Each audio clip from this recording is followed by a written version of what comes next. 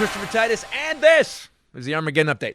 Well, the impeachment trial has started with one side full of crazy, treasonous, truth-avoiding liars and the other side full of self-righteous, holier-than-thou, lie-avoiding truthers. This is the third impeachment in the history of our country. So, roughly every 75 years, we lose our way and elect a raging douchebag who only cares about himself, except in Bill Clinton's case, and he only cared about his penis. Now, we are at trial in Moscow. Mitch McConnell and the rest of the grand old party of Judas have decided to refuse to let any witnesses testify. None.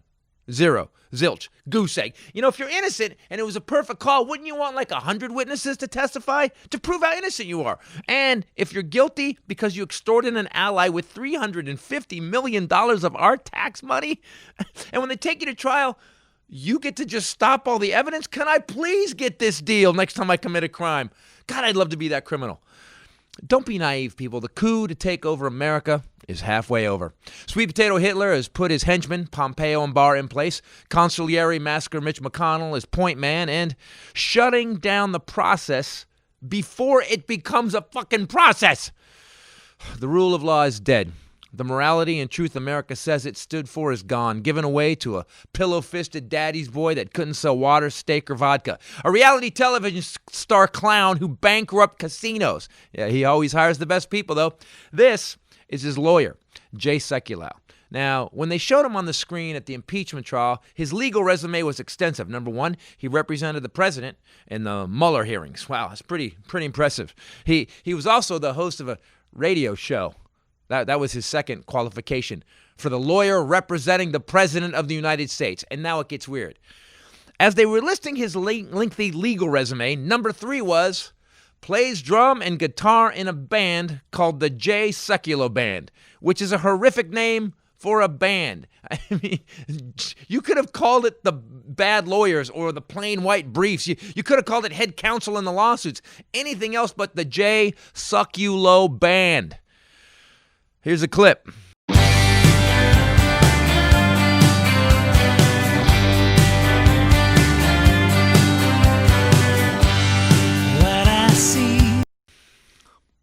Now, our assistant and editor, the Highlander, who's also a singer, heard this song and started screaming like babies were being thrown into a wood chipper. And I'd prefer to listen to that also. So this is the best guy the president could get in his top 3 qualifications to represent the president of the United States in one of 3 impeachment trials in the nation history. His third qualification is plays drums and guitar. Of course, I do get my divorce attorneys were flutists and French horners. So what now? Well, the way America's supposed to work has been thrown out the window. Or maybe Moscow Mitch is hiding it in his pouch. The reality is that we are letting this slow-moving glacier of a coup roll by. And we are doing nothing. Nothing. No marching, no protests, no sit-ins. We are tweeting angrily, which is the same as pissing into a hurricane.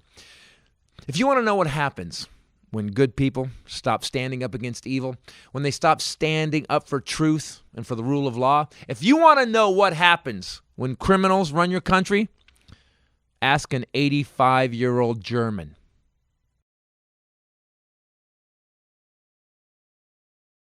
I'm Christopher Titus, and this is the Armageddon Update. Sekulow. That's a fucking. He must have got beaten up in school a lot.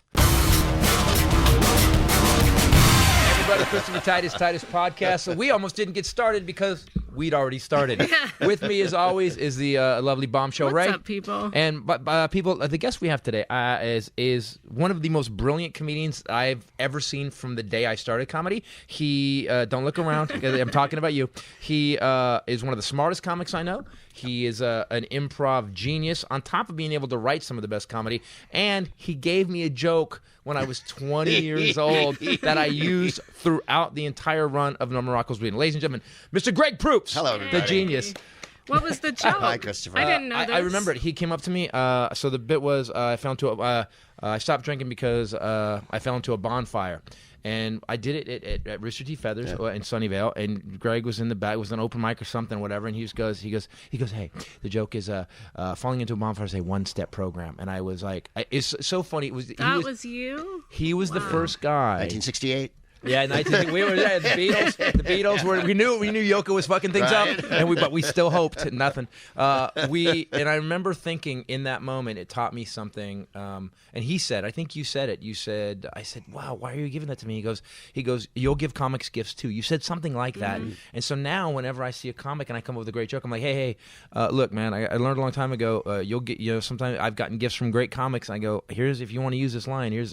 And I used that line. It ended up in the special and everything. Man. Oh, sure. Yeah, and it taught me a lot. You guys, that whole San Francisco scene when I started.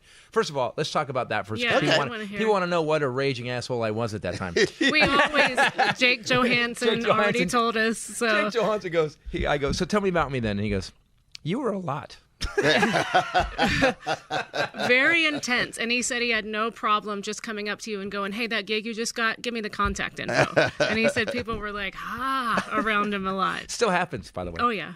What a surprise. Show business does that to me now. So I remember I had a weird space because I was the youngest guy at the time. Everyone even in my guys in my group were like, I was 19 or 20. They were 24, 25. So I didn't fit in with those guys. I didn't fit in with you guys. It was just weird. I was like this weird little fucking. I was trying to make it nice. Roosters had to be in the mid '80s. That had to be about 87, 88. It wasn't Roosters. It might have been the Sunshine Saloon. Oh my God, the Sunshine Saloon. That's a real place. And we fixed a joke there. Yeah. That barren terrain, cursed earth. They actually had a sign at the Sunshine Saloon before it became Roosters Brothers that said, "Check your knives, check your guns." Keep your wife near. It was whatever the fucking sign was at the front. That was what became Roosters. Yes. Yeah, the one that was the winery in Palo Alto became Roosters. The Sunshine was in Pleasanton on the East Bay. That was a biker bar one nighter, like on a Sunday. No, what was the other? No. What was the one before it was Roosters? Wasn't it called the winery? Oh no, I'm thinking of another place. That was Palo Alto. Oh, it was called the Country Store. The Country Store. That's where you Sunnyvale. Yeah, Sunshine. What a dive! Sunshine Saloon. We have these already sounds perfect. Sunshine Saloon was like a biker bar, and they'd go, okay, it's time for comedy, and they close the pool table where a bunch of methed up bikers were playing pool, and they'd all go, what the fuck, and throw their cues, and you're like, I don't, just let them play. Like, Today it would have been a theme bar. Today it would have been a theme bar, and a lot of yuppies would have hung out, like really upper crust people.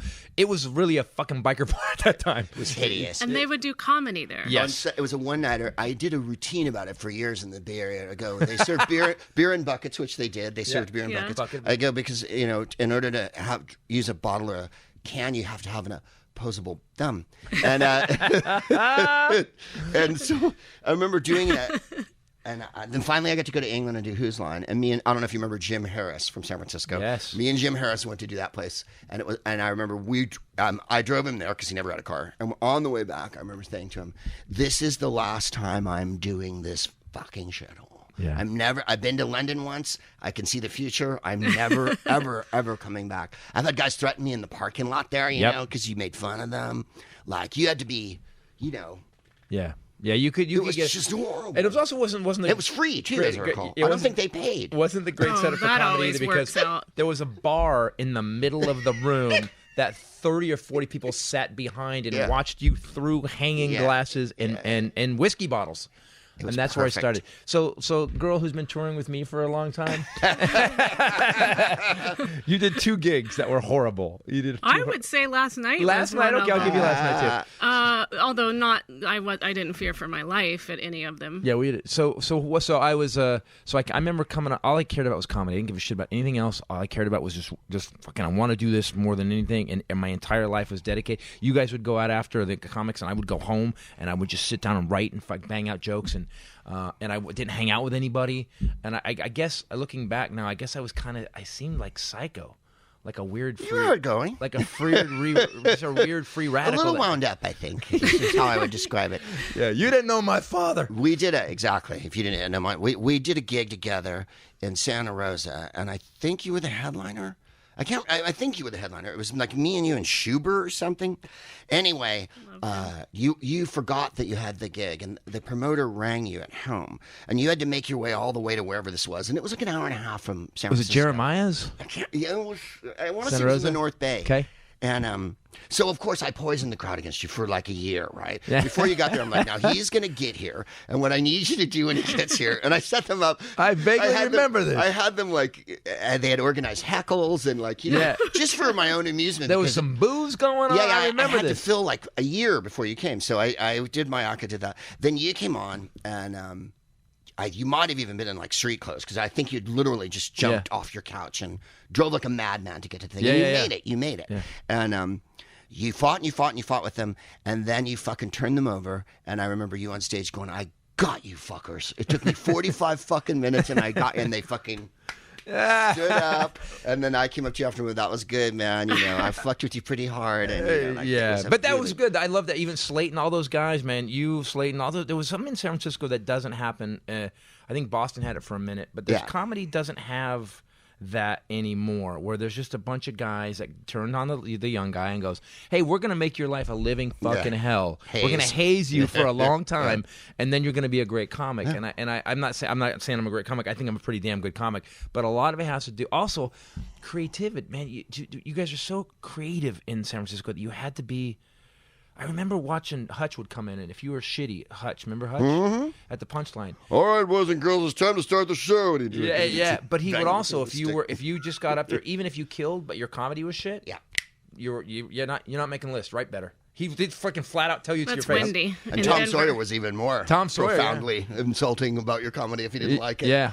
And he vetted. He never liked me. That was the other thing and I think this might be the difference, Christopher, is that in those days in San Francisco, as loose as it was and as kind of druggy and freeform and shit like that, and as sub-referential as the style was, there were comics in every genre. There were one-line masters like Proops. There was like Slayton, who was complete straight-up insult, you know, and then my intellectual fruitiness and whatnot. But all that was going on. It was a super cauldron because you were allowed to do all these different things. Like, where else would Lank and Earl have been a comedy team? Right. You know what I mean? No like shit. that. Bobby Bitter would never have worked anywhere. Right, Bobby Feldo. Bitter. I was going to say Feldo. Jesus. Feldo. David Feldman did Feldo the Clown, and I remember we would sit there, and if I wasn't on the open mic, I'd go to watch it because I knew they were going to be there, or they would do the shows. And then Bob Rubin came in. Rubin, who was completely conceptual. This is the man who put a ham on a stool with a light on it, stood to the side, and sang an entire Elvis song. We would cry, my wife and I were reenacting it the other night and crying, laughing. I love because this. He would do Elvis as a canned ham. Come on, see, right? And then fantastically dab the canned ham off with towels and then throw them into the audience. And then run through the house with it like it was Elvis. And this went on for 15. That was a long bit. Yeah, it was a long bit. A lot of closer, you know. Andy Kaufman was like, "Hey, you got to stop." Yeah. Andy Kaufman. Was like, what happened to him? He's still around. I think he. I don't know. I think he quit drinking. In those days, I remember doing a weekend with him. It was great, and he was headlining, and he was drinking pretty hard, and he did a lot of stuff pretty hard. Yeah. Well, one show it wasn't as focused as it might have been. Let's say. So I had been to a thrift store on Haight Street and bought this beautiful blue tie. And it was a vintage tie, and it cost me $25 or $30, which is a lot of this. This is the 80s, right? So Reuben, who's a giant Jewish hillbilly from West Virginia with an enormous shock of hair and a beard, he would walk on stage and go, "Hey everybody, it's your room." he would just hit the mic where you're like, it was overwhelming. And he had a huge following in the Bay Area because Alex Bennett put him on all the time, and he was really. So he goes, "Man, I like that tie," and I go, "I'll tell you what, Rube," I go.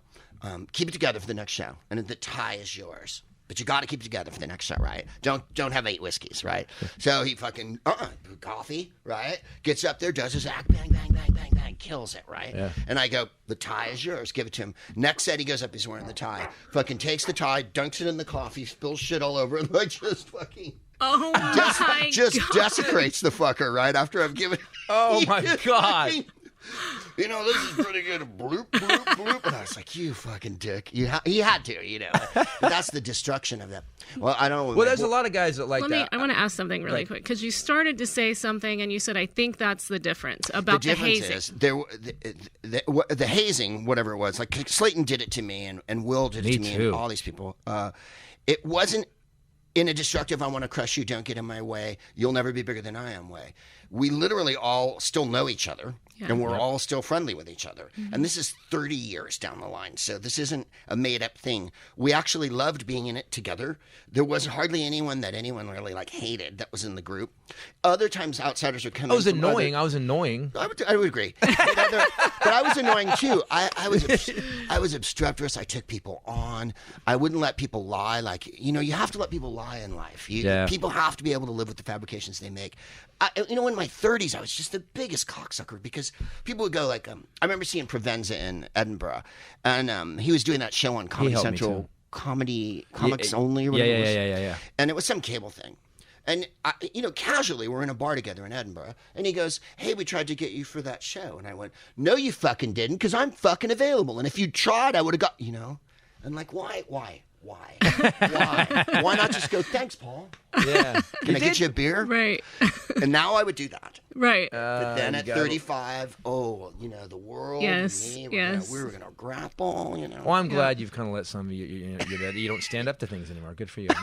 I'm glad you let your integrity and honesty slide. It's more of a... It's kind of like... Because he's still doing that, It's personal politics, political politics. I'm more adamant than I think I ever was. And I'm intractable now almost. But in personal politics, you have to let everything go. The world, we're all getting older, and everything moves on, and there's going to be younger guys, and and I lost a TV show because I didn't. Right. I lost a television show because when I did Titus. They had a new president, third president, and she said something in a meeting, and I went, "No, do you even watch the show?" No, you fucking. That's how the show got canceled. Yeah. Oh yeah, show was killing. It had nothing to do. It wasn't ratings. You did 2 really big seasons. We did three seasons, and the third season. Stacey Keach. Oh, and they hate. Oh, and then I would stand up for the crew all the time, but not the network. And I learned to diplomatically lie to get by. It's a very hard lesson. It's too bad it got canceled because of that. But of course it would, because you can't say that to the president of the...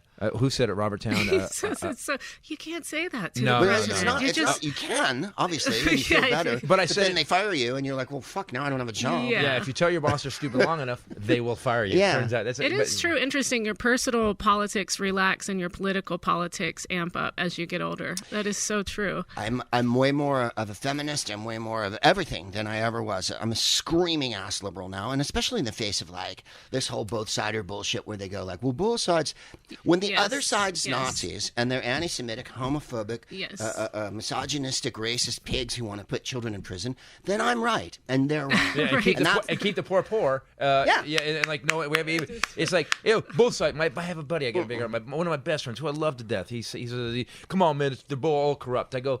No, they're actually not. No. I go, Hillary Clinton cleared 4 times. Her charity gives back 86% of its money. Yeah.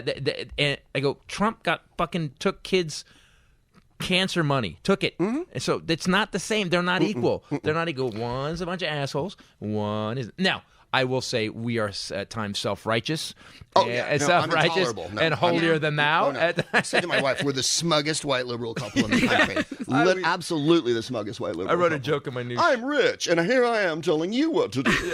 I wrote a joke in my. But here's the thing about being, on the side of right is that tax cut helped us, and yet we fought against it. Of course, because it didn't help people it wasn't fair for everyone, and that's the difference. You want to be able to sleep at night and live with yourself. Yes, so we are smug assholes, and we also love everyone But at least else. we're by the way, the non-self-aware liberal are the most fucking annoying people on the planet. Like that you don't know that what you're talking about right now literally has zero. Oh, hold on, I'm sorry. What did you say? No, you cis. Okay, stop.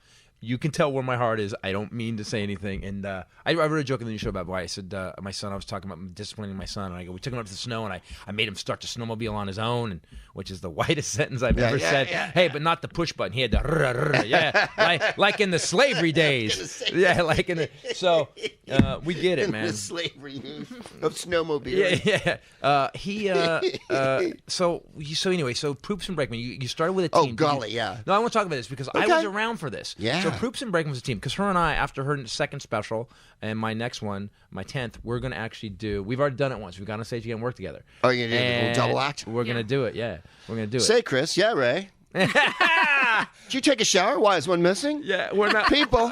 We're not doing it now. Now we're not doing it. You killed it with two Stealing that sentences. piece of Thank you brilliance. very much. Every double act ever. By the way, if you don't name an album Intellectual Fruitiness, you are missing dude. out. My wife got a good name for the next one because I was telling Christopher before we went on, I made an album at the Punchline in July, thinking it was the last week the Punchline in San Francisco was going to be open. It was a national news kind of, yeah. Right, and then it was saved, and there I was.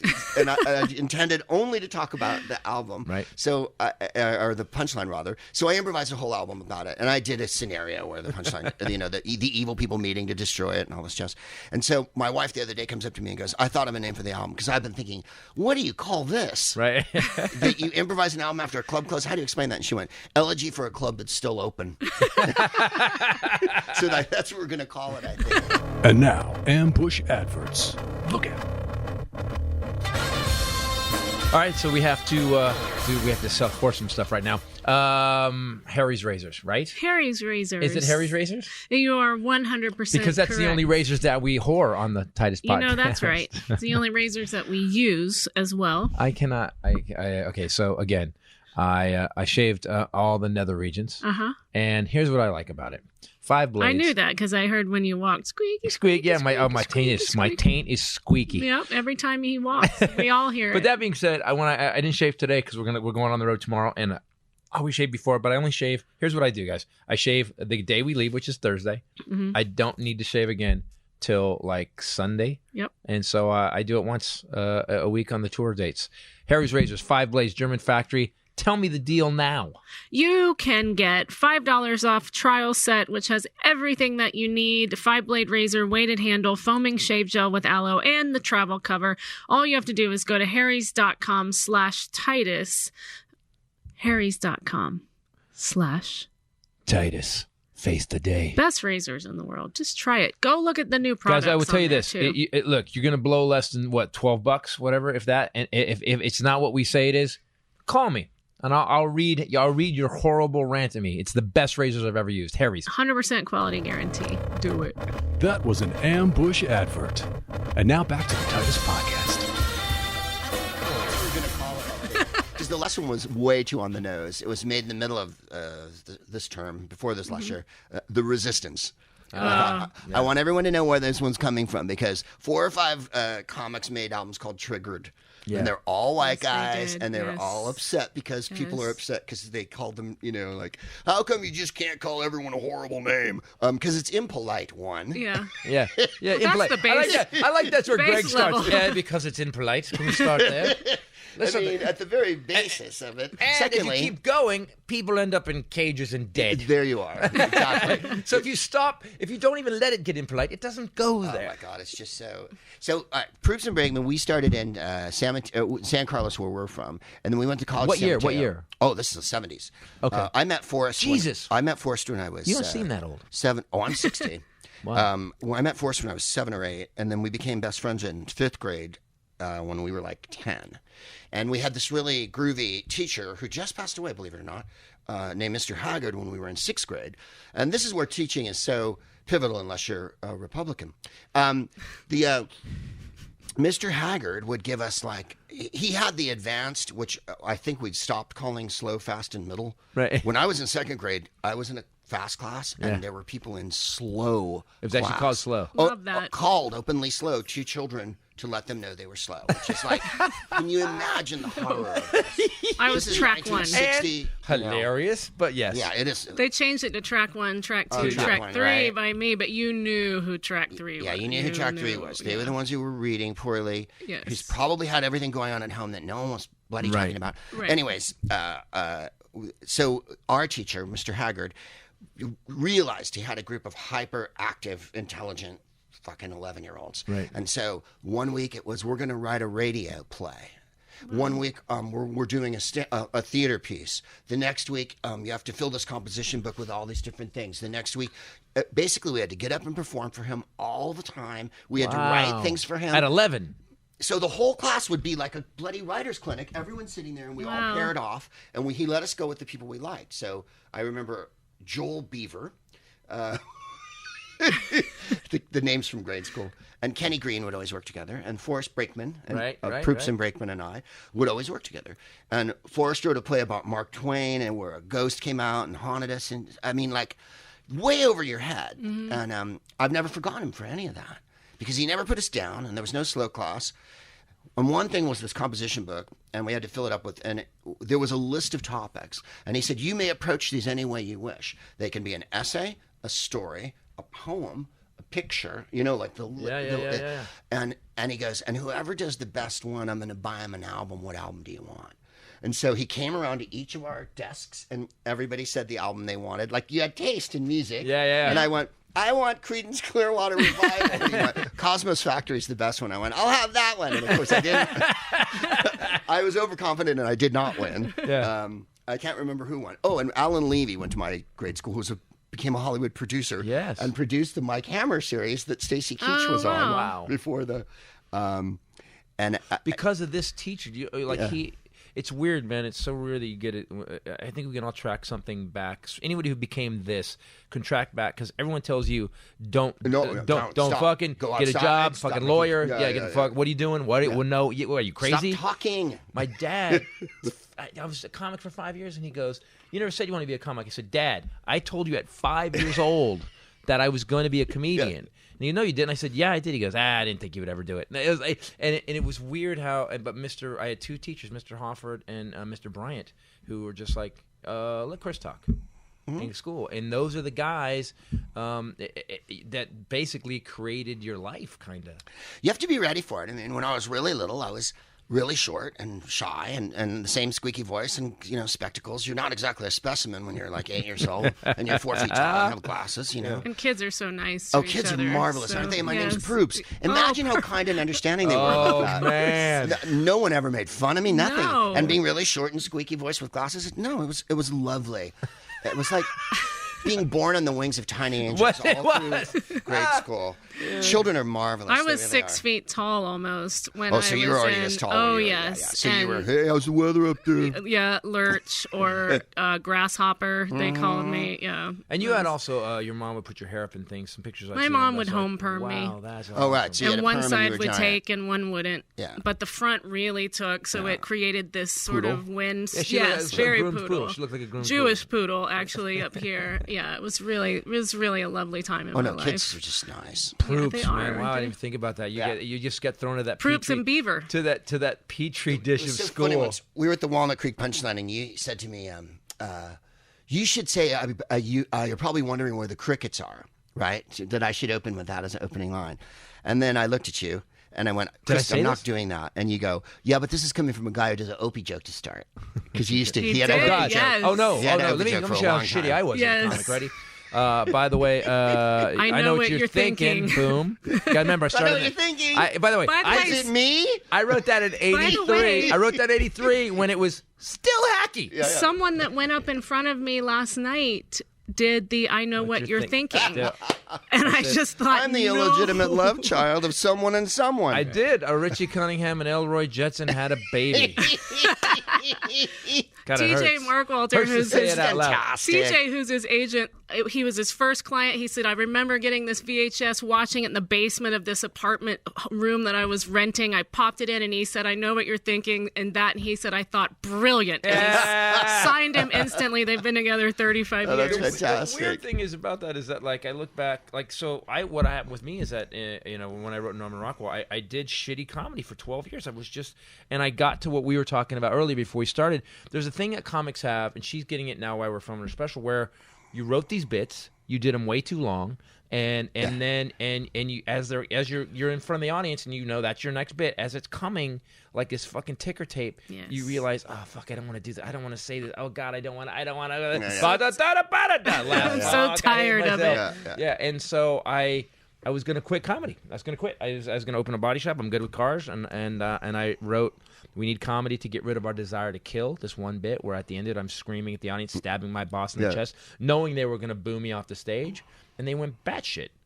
And it was the first time I learned that honesty. The first time the audience knows when you're lying, and they know when you're not. They don't know singularly, but they know collectively, and that's how you suck as a comic. If the room's not working, it's because you're lying. That's what I've kind of nailed it down to. And then I threw everything I'd ever written out. As hard as it was to throw out that Opie joke, as hard as it was. I hope you had it bronzed or put it in lucite like a coin. I did. I engraved it on a brick. It's in our patio. And I just now it's so weird. I'm like I'm weirdly committed to, like, if anything sounds a little weird, I try to get rid. The thing is, sometimes it's hard as well, though, is that, sometimes, especially if you're riffing something or if something doesn't work and you throw something that's kind of hacky out there, whatever it is, you say to someone in the audience, or desperation punchlines. Yes, and they go nuts. The hackier, a lot of times in some areas, the dirtier. Counterintuitive, isn't it? Throw in fuck. You think you're being terrible, and the audience goes crazy. And that's the battle you have to choose as a comic. Like, but I know that's gonna kill, but it's really hacky. And invariably, at the end of the night, as they're leaving, saying hi to you, they're like, "Dude, I love that bit where you talked about pooping was awesome." And you're like, I mean, that whole thing that I hate myself for on suicide that I did that actually took it to another and solved suicide. My mother didn't love me. Yeah, that was kind of rough. Yeah. It was kind of rough. Boo. Yeah, but the pooping bit, keep that in, bro. Man, that's magic. Oh, and that stuff about your penis. Wow. Oh my God, tit jokes are king. So that's what I think. So I think comedy, and it's my opinion, comedy is always, it will always happen, because I always say there's always another generation of 22-year-olds that that's all they've got. Can't believe you're talking about farting and fucking again. Yeah. And the sad part is that as I've gotten older and written, now I'm on my 9th special now, I was looking at and I never really did that. I never, because of the scene in San Francisco. Oh no, it kept you honest. If you did that in San Francisco, what I was wondering. You want to talk? Look, they shunned me bad enough. By the way, the reason I was that way is because I looked up to all you guys, and I was like this. I was a 20, 21, 22-year-old kid, or 20, and I was like, and that you guys even fucking talked to me was awesome, because I would watch you guys get up and do some great shit. I was like, hey, and like, I was hard to deal with. That's what I was wondering as well, though, because it sounds like at the time that you're saying that the gatekeepers stayed on you as well. If you're going to do that, I'm not putting you up. Tom Sawyer was brutal. Who's doing that now except for Wendy, really? Tom Sawyer did not let me even work Cobb's until I dumped all that stuff and wrote Norman Rockwell's book. Wow. I was going to say he waited till... Tom Sawyer would not work me. And poor Mitch Mulaney, who passed away, he used to... Mitch and him would go at it like after hours, because he never would work him. And Mitch Mulaney was wildly popular, ended up with his own television show, was a national headliner and all these things, and a very nice person. Like, his comedy was not as intellectual as it might have been. It didn't aspire to the highest heights. And I remember Tom telling me they're out drinking after the show, playing poker or something. So he would go. Everyone would go to Cobb's. Like, you'd work at your club, and then comics would end up hanging out at Cobb's. And then Mitch goes to, why you don't book me, man? And he's like, all right. And then he pressed it. Now this is the culmination of many months of this. Why don't you book me? And finally Tom goes, you're a hack, okay? You're a fucking hack. Oh. You aim this fucking low and you're this fucking smart. Why don't you aim a little higher? Yeah. And that was that was a blow up. Usually it was a lot calmer than that. Yeah. He'd go, like, to me once he said, all you talk about is different places. And I went, I'm on the road now. This is my life. So I'll get through this and we'll get to another place where I don't just talk about different places. He goes, and then he said the most key thing to me that I ever heard on stage. This was 20-something years ago. I was riffing. He was grumpy Svengali. He was grumpy Svengali a little bit. He gave me tons of work. I mean, he gave me more work than any club owner that ever lived. And you know why? Because you can do a hacky joke, but you're grade proof. So even when you do a hacky joke, it sounds brilliant. It sounds like you're like this erudite fucking. It's like, I've never seen an anus joke done quite as good as that. So I was riffing, and then I went to the material, and he sits me down after, and he goes, "You can't follow yourself." And I go, "What?" He goes, don't you get it? He goes, you're doing all this riffing and you're killing with it. Then you go back to your material and he goes, they can smell it, man. That's what I meant. He goes, they can smell your material. And I went, you make the material like we were talking about. In the moment, How do you make it seem spontaneous, Aubrey? Because as soon as you go back to then I've noticed that things are different when you eat a sandwich, you've just been on this free flight thing, and then you come back to some rock hard piece of nothing. That takes years to learn how to tell the same story again for the first time. It does. Especially when you're sick of it. She's at 10 years Tell me now. about it. At about Right? 8.5 years, and I kept telling her, 8.5. We've talked about it before. Where she kept saying, "Give me the key." And I go, "It's stage time." I go, "You're already writing brilliant jokes." One of the first jokes she wrote was, "I have a friend. I was afraid to. My best friend in high school was a cutter, and when she was naked, she looked like a harshly graded test paper." And she wrote that year one, and I went, "Holy shit!" I go, "That's like a right." That's a guy, and I said that, and she goes, "Well, how do I kill with it?" I go, "You got to get on stage for 10 years, pretty much." Yeah. So true. When I tried to tell that then, nope. Because you didn't know how to tell it. Right. That's what I think. That's what the brilliance of this. Stage time. And now I'm really, the older you get in life or in comedy, the more you realize how much you don't know and how much you have to learn. Yep. And man, 10 years, everybody said that was going to be a landmark time where I was going to learn to be myself for the first time on stage authentically. It's very true. And now I really get how much I don't know. It's that whole finding the voice thing that we talk about. And I got in a lift the other day, and I was going to do Fitzy's podcast at the store. And the guy goes, "I really want to get into stand-up." And I go, "How long have you been doing it?" And he goes, 2 years. And I said, "Well, it's the only thing besides being a cobbler or something where you literally serve an apprenticeship. Yeah. Even though you work and you get paid after about 4 years of your apprenticeship or 5 years, you really have to serve this giant ass apprenticeship. We don't have a university. You intern for 4 years at this. You intern for 4 years for no money Yep. and eat shit and wait on lists and have to stand outside and they don't put you on and all those indignities. And then there comes a period where they go, "Hey, I got this gig in nowhere.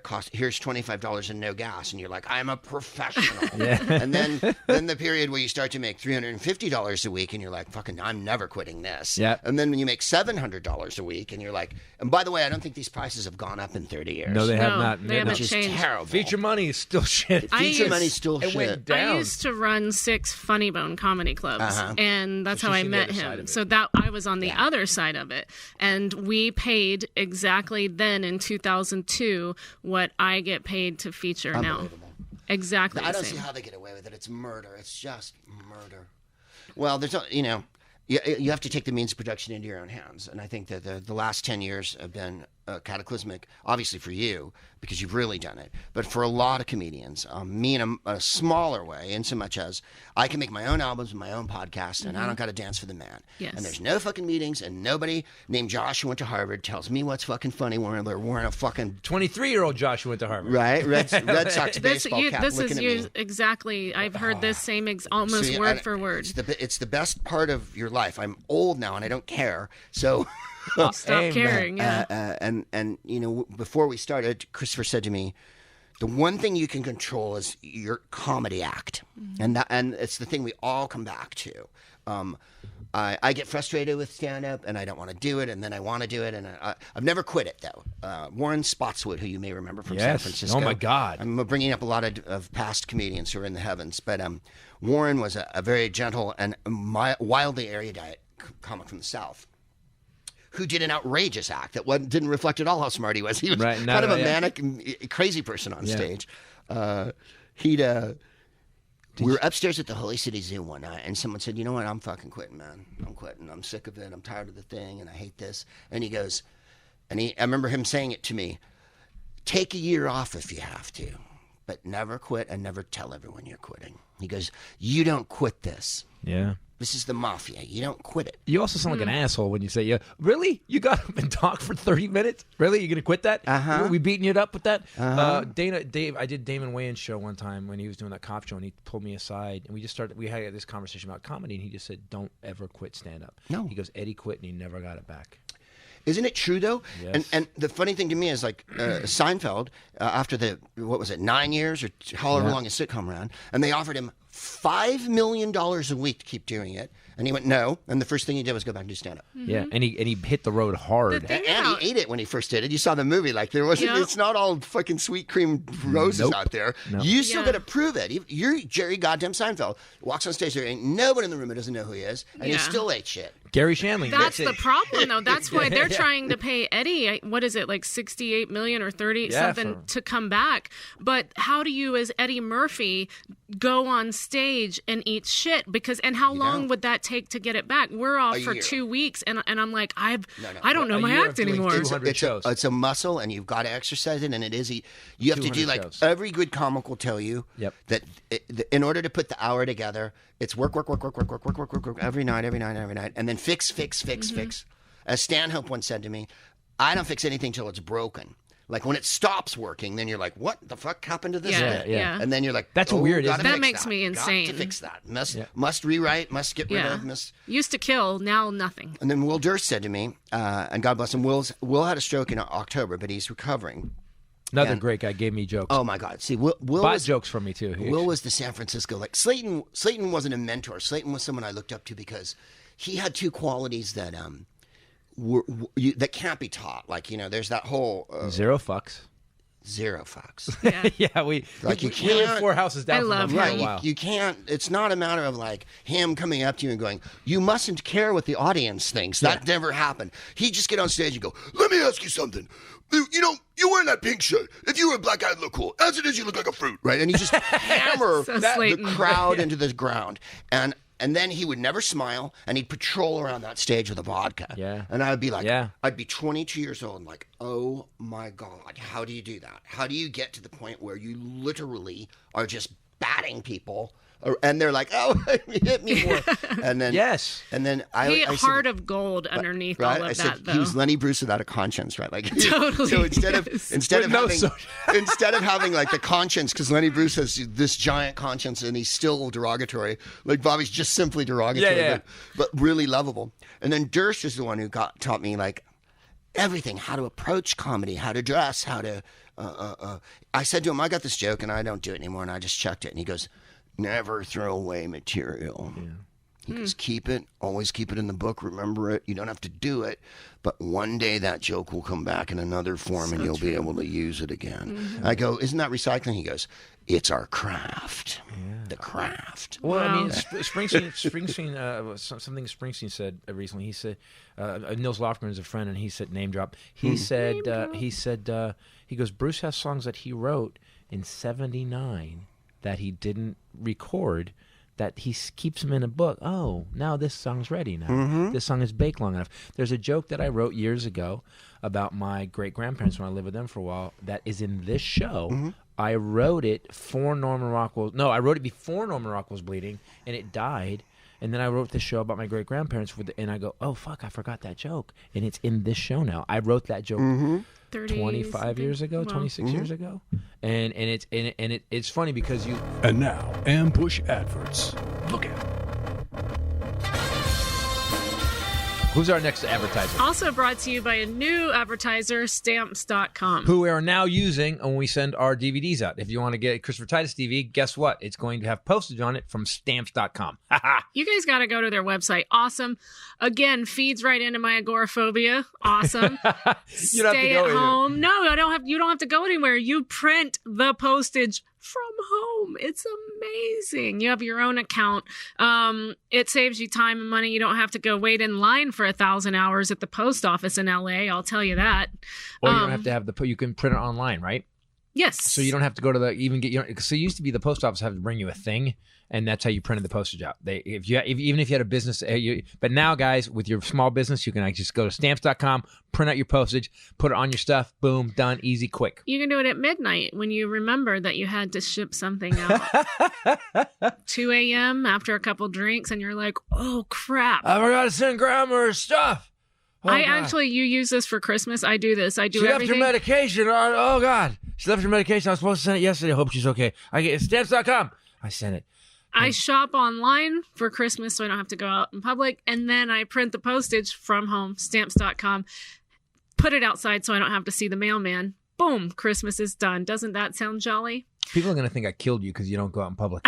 So Stamp stop on. going to the post office. Go to stamps.com. No risk. With promo code Titus, you get a special offer that includes a 4-week trial plus free postage plus the digital scale. There's no long-term commitment, no contract. Just go to stamps.com, click on the microphone at the top of the homepage, and just type in Titus. And that's stamps.com, promo code Titus. Your grandma will thank you. And now back to Greg Proops. 26 years ago, and it's funny because you look back and now when I pulled it out, I was like, I wonder if this is even funny. I think if you're supposed to be a comic, like that joke that I just told him that you wrote about the harsher grade test paper, the universe gives you, listen, here's some brilliance so you can remind yourself you don't suck while you're sucking. Yes. You know, because you're gonna suck. Comedy is just so you're gonna suck. There's gonna be nights. There's some nights you got off stage, you're like, I'm not doing this anymore. Yeah. She said it last night. Yeah. Throw, Yeah. kick. I did the Aspen Comedy Festival, and Jake Johansson was on it, Slayton was on it, a bunch of people, and tanked. I mean, tanked. I think I'd been doing comedy 4 or 5 years. Yeah. Tanked it. It was, and I was up against Here's a newcomer. Hawkins. You're sure to enjoy. Hawkins was there. These were you know, Right. and I had no business being there. And after. They're all wearing bandolieros. Yeah, exactly. And I'm sweating. Ammo hanging off them. I get off stage, I go up into the green room, and I am dying inside because I've just done this in front of all of them, and I'm like, I've been doing so well on the road. And the girl in the pink thing died. Exactly. And Slayton, I'll never forget, walks up and because as soon as I got up there, everyone started telling me what I did wrong, and I was like, I need to go cry somewhere. And Slayton pushes everybody out of the way and gets me out of the room and puts his arm around me and told everybody she's had enough. What just happened out there, that was enough. She doesn't need you guys to talk to her about it now. And I remember he hugged me and he said, don't quit. He goes, you're going to have 1 million bad nights, but you're going to have 1 million good nights, and that's what's going to make this worth it. And I've never forgotten that. I was like, oh my God, he has a heart. Oh, he's lovely. He is lovely. I didn't know we moved to this neighborhood, and I had a black 06 Corvette, and I pulled up, and I just fucking hear, because you got to remember, Slayton, your guys' voices are in my head. They're in my head from like when I was a kid, and I just hear, hey, Batman! Hey, Batman! I'm like, what the fuck? I go, why is Slayton's voice coming out of my fucking neighborhood? And it's fucking Slayton screaming What is Batman. he doing now? Have you seen his he's show happy, now? right? He is happy, but I mean, I know he's I dating went to them her. like 2 years ago, but I haven't seen him in a while. But He used his to phone me every once in a while, material or I'd see him at festivals. was but I haven't seen him about in a while. Teddy Yeah. and horrible Oh, no, that about was awful. her. Yeah, she passed away, and he's So been dealing with that for the last couple But of years. what do you talk about now on stage? Do you know what he's? I don't know. I haven't seen him in ages. I would be 2 years really ago we had curious to lunch. see what his show is now. He found somebody awesome. He He's very he happy. found a woman who had a very rich husband, and That's a spirit. and he died. And so, Well done. So yeah, that's what I said. I said, good, Bobby. Good Dylan song. Exactly. He's- I just love to see his show now. If he's And still when doing she wife died, jokes. It came to me. I can't help that I'm lucky. So you did a special at Musso and Frank. I did, and it was great fun. And I'd been going there for years, and we were looking for a place to do a special, and we didn't want to do one at a theater because everybody, the Showtime one. There's a desk and a picture from your childhood and a thing that looks stupid, and none of it has anything to do with anything the comic's talking about. I did the special called Neverlution. I actually did this special. Or the one that has the stage like at the Beacon Theater and all the people, and they do the cutaway of the couple turning to each other and going, Right. oh, when you say something familiar. And I thought, I can't, I'll die. And so Yeah, right. my manager, Lee, went to Musso's for some event, and he said fantastically it was one of the oldest Munchkins was still alive. This is several years ago. Munchkins, I said. And he One goes, of the oldest Munchkins. Right? That Right? wasn't just the Munchkin. It was this a guy was a specific really Munchkin. old Munchkin, and he goes up to me and goes, and he can't hear at all. He's in his 90s, and he's. I was going to say quite small, but I think that goes without saying. Yeah, exactly. Munchkin. Munchkin. He wasn't on Right. he wasn't on the A team. He was on the tall Munchkin team. And he goes to him, "Hey, happy birthday! It's good to see you." And the guy goes, "Yeah, it is, right." Like he. And then he rings me the next day, my manager, and goes, "I got it." Lou says, because I was there last night. We'll clear out this part of the room. I'll ask the owner. I'll talk to the owner. So he talked to the owner, Mark, and who I'm quite good friends with now. And we have all our, I have all my birthdays, and we go there all the time. We cleared out that back room, the table's out, and Marcus Raboy shot it. who shoots mostly musicians and stuff, and a lot of famous comedians, and Neil Marshall, who produced all of Carlin's specials with Rocco Urbisi. And this is all favors. This was all favors. Right. This was a budget of nothing. And so we pulled out of the tables, and this is how mistakes lead to success, lead to you being happy. If I'd sat down and gone, I want to go to Musso's, that would have never happened. Right. It required my manager going on a night, meeting a munchkin, something tripping in his head. He called in all these favors. So on the day, I got some friends of mine to get this jazz band together to play no public, no written material, like improvised jazz, because if you use licensed music. So those guys, the day of... It's almost like you're adding up shit that won't work. Yeah. It's like, this plus this plus this doesn't fucking equal comedy at all. No, the day before, the cat calls me and goes, we booked a wedding or something. And I go, oh, well, and he goes, look, I know these other 3 cats. Let me give them a call. So on the night, it's these other 3 cats who I did not know and I met on the day, and they sit behind me. I don't know if you've seen any of it, but the way he lit it, they got the drummer, the trumpet player, whatnot, and it's a black fellow with enormous dreadlocks right behind me. So the visual's fucking great of me standing, and they're laughing because they've never heard it, right? So I was reading the other night about Buck Henry, and he was talking about working with Steve Allen. I'm coming back to Mussos, and he said that Steve Allen, but he was a gag writer for Steve Allen, and he said Steve Allen was meticulous about the monologue, or when we would do sketches, so that the band, because they shot live on the night, but they rehearsed in the day. Mm-hmm. When they rehearsed, they put nonsense in for the punchlines. So they go, and that's why I need you to go to the front of wana wana buna huna hana hana hina. And the band would be like, what? And then on the night when they did the show, they'd drop the punchline and the band would fucking laugh like that. And he goes, Steve Allen wanted that reaction in the studio so that the audience was fucking keyed that the band thought it was fucking funny. Right. And so the hypnos factor, which is a very jazz thing to do, to play to the band is all jazz. And even though comics are all rock and roll and we love rock and roll and everything, the ethos of comedy is very jazz, and as you know, born out of that. Yep. And the improvisation of it, the shared, smoky room heroin after hours, extemporaneous philosophy bullshit that goes on with it, which I've just exemplified in its most pretentious way. But that's you, though. That is me. If you didn't do that, this would not be you. I call people cats, and I live in a crib. So, and I drive a sled. So these cats show up, and they're cool. The production company failed that week. And literally, it was the one that did Maria and... this is an awesome story to me where this should all be shit right now. Right? It's just flames. It's basically a riot going on trying to get this comedy special Oh my God, made. it's the Hindenburg. It's like me passing out donuts on the fucking Hindenburg. That's what, is everyone... Oh, I know it's a little warm, but you really need to try these colors. The production company calls... Lee, my manager, and goes, we're going out of business. And he goes, and you're going to love this. And I don't think I've ever told this on a podcast. I was in London the week before, and while this was going on, I came home to do the special. Right.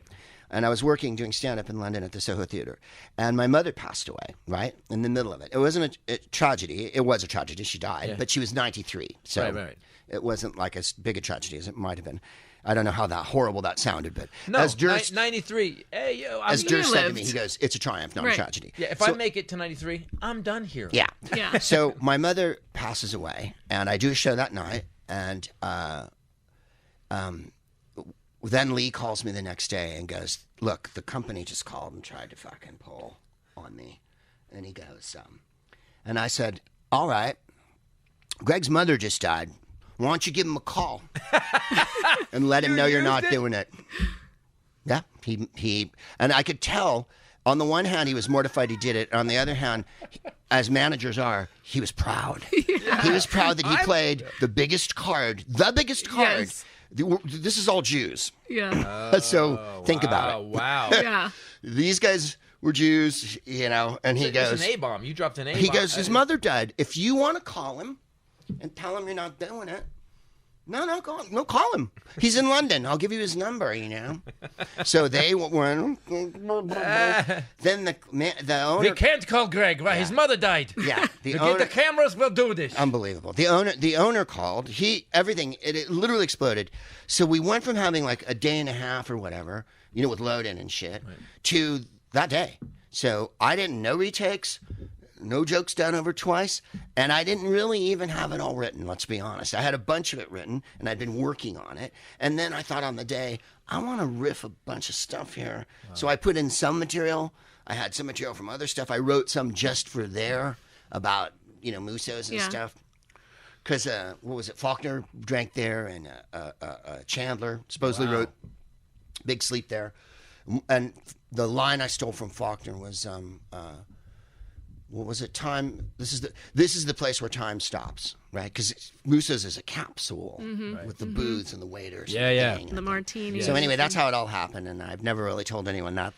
I couldn't think of a better. I got a confessional place. there. When you watch bring it the out special, are you? Because it doesn't sound like it should have worked at all. Are you happy with the way it worked? I'm gonna have to watch this. I am. My only regret is I think I mentioned what year it is. I actually mentioned the year, which is shouldn't do that. But I do. I think I say this place has been here since talkies killed the silence, and then TV killed talkies, and then cable killed TV, and the smartphone killed that, and killed cable, and now I want to kill you.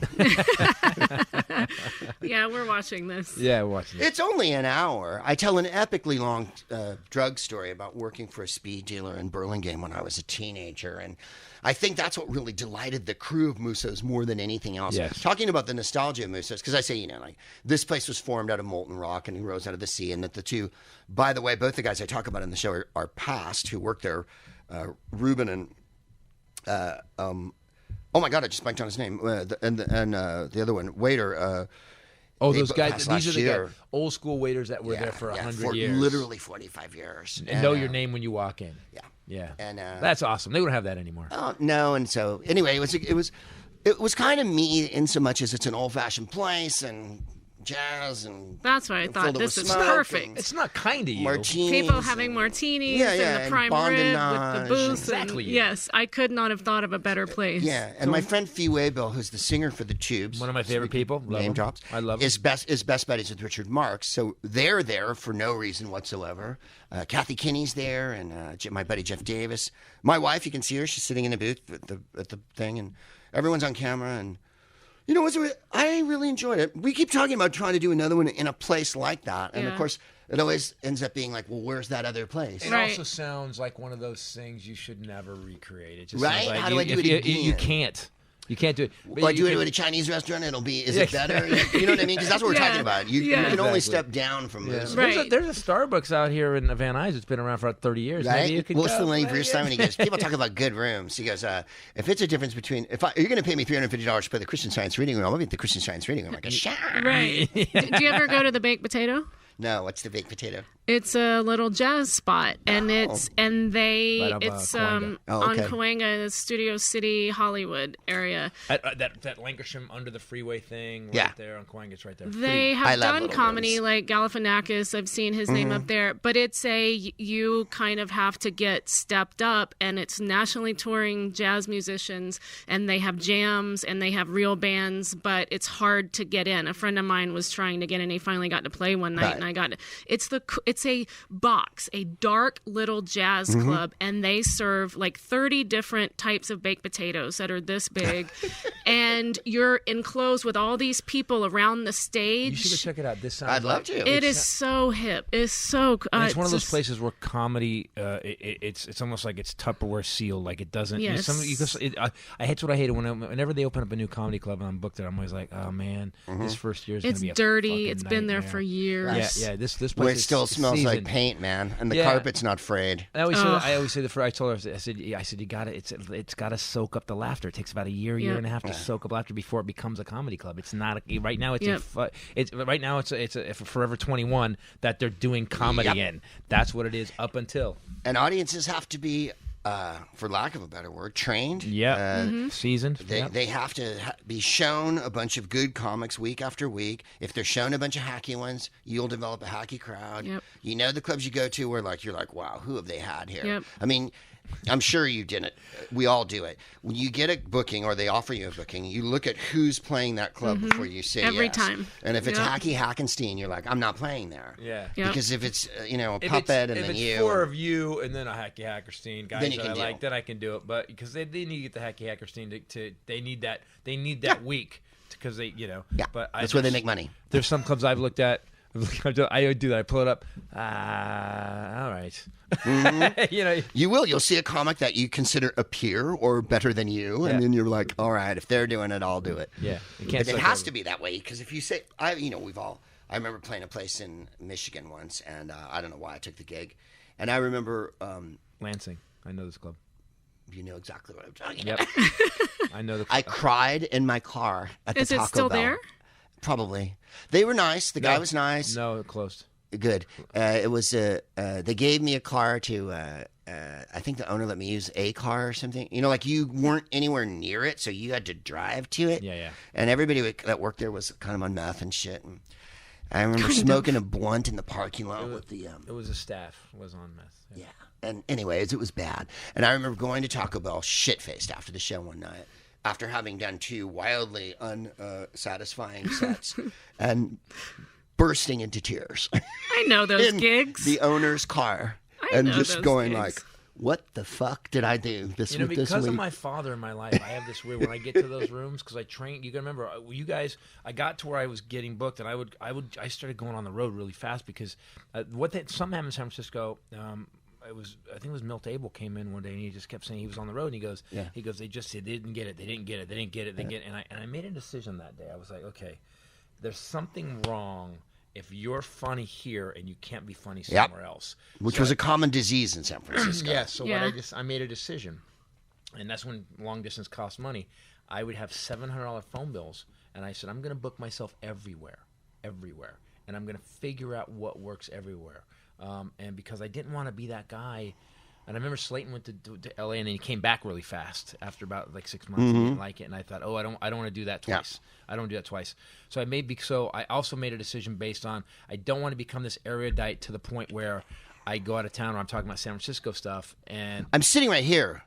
No, This is so insulting. The difference is with you though, you didn't do that. You had already done Proops and Brakeman. You knew how to get. You would go to work all the time, and there were some guys that wanted to be you that. It's like the alternative scene had the same thing happen. Yeah. There's guys that if there was never an alternative scene, they would have been funny as shit. Mm-hmm. And but then a bunch of people jumped on and tried to be them instead of being themselves. Took some things they did, and that didn't work, and they were very bitter and angry. I think funny is always funny. You can call it what you want. Funny is always funny. You can't deny it because the audience is right there. That's why I'll never give this up. I will never be actor meat. I will never worry about getting that fucking Pepto-Bismol commercial. Mm-hmm. You know why? Because I can go. I'm going to write another hour of jokes, and I'm going to go pay my rent. So when you did, what made the switch to improv? Well, you were just so good on stage that you just decided that, or did you audition for Whose Line? Yeah. I don't want to burn you out with this because I know everybody talks about it. Burn me out because you are fucking. I watch the show sometimes and I'm just like, how the fuck? Because I know you're coming up with it right then. I know you aren't fucking around. Anybody who asks that, but anybody who goes, "You guys write that, right?" No, the whole fucking premise. We do. It takes hours, and we work in a writer's room, and I'll tell people that, and then they go, "Really?" And then I'll go, "Yeah." Every time, because I can't resist. Every time. No, we're good improvisers. I got on a show with I didn't make a decision I hadn't done improv in maybe 2 or 3 years when I got on His Line. I was in a group in San Francisco called Fault Line that we put our own little show up at this really horrible place called Lips on 9th and Howard. And we played there for several years. And Mike McShane was in the group, who was on the English Whose Line. He was the big, beardy one. Not so big now, not so beardy. And he and I were in a group together. And then I was doing stand-up after that on my own for the first time. Because I'd been in Proops and Brakeman, then I'd been in this group. And then I started doing stand-up. This is 86. Yep.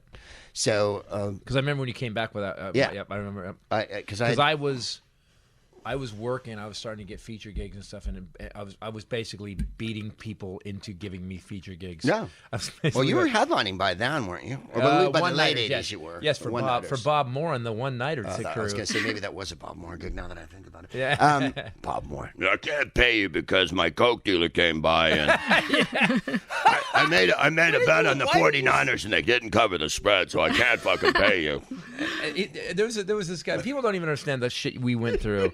Comedy now is a different vibe. It's a little more corporate now. And we went through shit where this guy would book these horrible one-nighters. I mean, horrible one-nighters. Stripes in Fremont. I stood at the Sunshine Saloon once. They owed me $25, and he goes, "I'll pay you next Tuesday." I said, "No, I'm getting paid tonight." And I stood in the room, and they're putting chairs up, and I'm like, "I'm not walking out. You won't work for me again." I go, "You're not paying me now." Right. What do you mean work? I'm not getting any work. Yeah. So what happened? Work means you pay me at the end of it. So one time I was trying to call in for a gig because you just want any gig you can get. And there was another gig at an airport. There's an airport in Livermore that had a fucking gig. I remember that one. And it was a small and one of those like light plane airports, and they had a gig on fucking Wednesday or whatever it was. And I called Bob Moore. He goes, "Well, I'm driving truck right now." He was like he was a producer who was long haul truck driving and booking gigs. And I'm like, I can't work for this. And a cokehead and a compulsive gambler. Very, yeah. Carl LeBove told me once that often people would try and pay him in Coke in the 80s. Yep. Really? Which, no, I never did that. I'm 21. I can't eat that. I need food. And by the way, Right, I got to pay.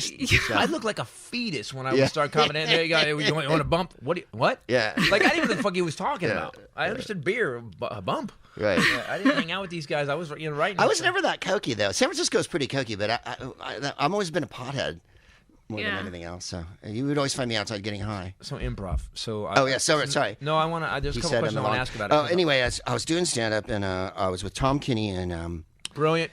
At this, who's SpongeBob SquarePants and has my friend, the king of voiceovers. A funny, goddamn man. I remember watching Tom Kennedy stand up. We looked quite a lot alike then, except that I had a pompadour and he had a Woody Woodpecker, right? Yeah. He had the high one in the front and the tail in the back, and I had a curly pompadour. But we both had glasses. And then Jake had another look. And then Jake was in the three suit. of you guys literally.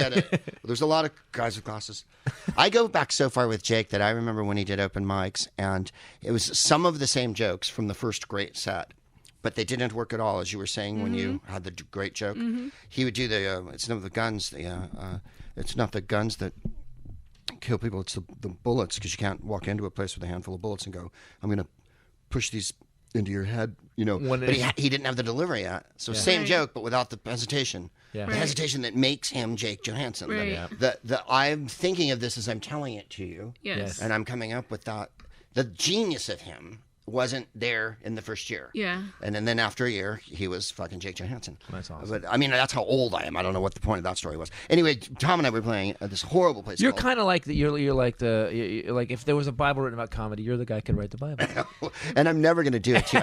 As much as I'm a celebrant of other comedians' work, I'll leave it to Pitta to write the history of the beer. I am too, by the way. I love comics. I do too. I'd fucking promote them all the time. Like anybody who has the balls and the audacity to get in front of a room full of people and think you're going to make these people love you. I love you because that's a serial killer thought. Like that. But that you can pull it off is awesome. I can appreciate. I do. I totally love all. If you can't laugh at other comedians, you really haven't any business being a comedian, because then you're just a selfish cock, and you might as well work in, production. You might as well be a producer. Then you can commodify everything and go, he didn't get enough laughs and he doesn't hit the demo that I love. You want to work in development. You want to do development. Let's see. We're looking for a 28-year-old Filipino. I wonder where I can, Why don't you go to the clubs, because they're out there playing? Oh, no. I'll find them. So make a new stand. Yeah. Right. Anyway, we were working this horrible place in Spokane, and I think it was a faux New York deli. And this was the Foxtrot. So then we were doing the Rocking Horse in Coeur d'Alene, and then that horrible disco in Moscow, Idaho. I remember all this shit. The Moscow, Idaho, dude, this is one of my gigs where I think I was opening for you or something, right? I don't know. Did we play Moscow together? I know I did it with Tom. Yes. Because Tom had a freak out. People, let me tell you about this gig. So this is, again... Okay, wait. Tom who? Rhodes? Tom Kinney. Oh, Kinney. Oh, you and Tom were playing it. You and Tom were playing it. I did this gig. This was a one-nighter tour. It was a one-nighter. All the football players sat on top of you like this, and you were on the floor. Spokane fucking Lapland tour. Yeah. I'm on stage. There's 3 pool tables in the back, and it's not that far away. It's maybe, looking at it now, if I looked at it now, it's 30 feet from the stage, and they won't turn the lights off. Yeah. I go to the guy, I go, can you turn the lights off? The pool? He goes, oh, man, I can't tell these guys they can't play pool. You're literally doing comedy. Bada, bada, bada, kapang, break. It was, and I said, hey, guys, you want to not play for the show? And literally, bikers just went like this. Yeah. And looked, and I was like, okay, keep playing. We're good. Have fun. Yeah. So you're touring Tom. Well, that night in Moscow, they had purple lights, and it looked like the mothership. And all the ball players would sit with their hats and they sat around you like a Star Trek jury. Yeah. Like, so you were on the floor, and they were like this with their beers, right? And so Tom, he said off mic. So Tom, I do my set, and I got through it because I was only, it was two-handers, so I was doing 25 or something. And I went to the bathroom or something. I must have gone to the bar or the bathroom. And I came back, and in those days, Tom wore like a turquoise teddy jacket and drain pipes and creepers and a rockabilly. Yeah, he was rockabilly. Yeah, he looked like he was in. It was 1958. Yeah, and he was in Eddie Cochran's band or whatever. Yeah, Gene Vincent. And I come back, and Tom's going, "What am I doing? I want you to tell me what I'm doing up here. Just tell me what I'm doing up here. That's all I want to know." To the crowd, that's all he's saying. There's no more jokes. He's simply going. He's come apart. He's been gone 5 minutes. He's Tom had that hunchy delivery. Tom like that. Yeah. All I want to know is what I'm doing up here because you're not listening. So I want to know what I'm doing. So I look. I love when comics lose their shit. Yeah. I look around the room, and I'm like, okay, I better solve this. So I run up on stage, and I'm like, let's hear it for our headliner, Tom Kenyon. I grab him, and we go up to the room in the Moscow, Idaho hotel. You're staying in the same hotel. Sure, it was very nice. And the only restaurant in town, because it's Moscow, Idaho, was the one downstairs. We watched Who's That Girl with Madonna, thank you, and got stoned, right? And I'm like, okay, calm down, everything's cool, it's just a shitty one-nighter. He's like, that fucking crowd, a bunch of fucking jocks. I'm like, dude, we got through it, we're alive. Now we're starving because we've gotten stoned and watched Who's That Girl. And we're not gay, but we're making no case for it. It's the only thing that was on telly, right? It's the one with the cheetah, is it? Whatever, anyway. I go, well, let's go downstairs and get something to eat. We walk right back down. Everybody from the show. Still there. And they're like, hey, can we sit with you girls? And I grab Tom and turn him around. Oh my God. Back upstairs, buddy. Oh my God. Yeah. There was some gigs I left. McShane calls me, and we're in Spokane in the condo, and he goes, there's this English improv show here auditioning for people. It's a television show. And again, I'm like, I'm in Spokane with Tom Kenyon. Wow, but I didn't know this story. I almost cried. So then the next year they came back, and they had some crappy place in the Mission, and we all went down there and auditioned, and I got on. And then that was in September. Then they did a Christmas special, which they'd never did before or since, thank God. It was a disaster. But I brought my wife for that one, and she wasn't my wife then. That's how long ago this was. And we were in the car. We'd been there maybe 2 or 3 days, and I went, could you move here? And she went, yeah, before I finished the question. Wow. So, Awesome. Where did you meet her?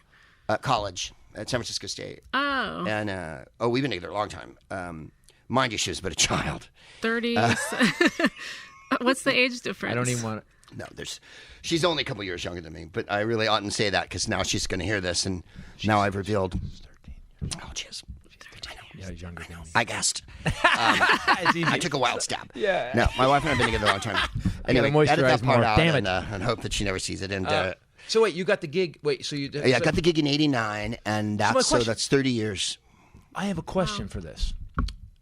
You didn't seem to have was it the years with Proops and Brakeman going back to 11 in school? Because improv is it's a skill. The freedom, the shit you have to let go of to be good at improv is pretty. And it took me with my acting class. I did it for 5 years with the Viola Bowler-Spolentrain book, Stephen Book. It took me so long to get to, because I have to write it. Here's the joke. Here's the punchline. To just be free to go. Okay, wherever this goes is where it's fucking going, and and never watch yourself and never see how it looks. Right. Try not to imagine it. Yeah. It's such a weird skill, and you're so good at it. Where did it come from? Just years? At State, I was at State, and I was 19, and I'd been doing stand-up with Forrest in the Peninsula, and there was an improv group at our school at the canteen at the dormitory. I don't know if it's there anymore. I don't think Verducci Hall's there anymore, or Mary Ward or whatever it's called. Anyway, I went and saw this group, and I sat and watched it, and I was like, I can do this.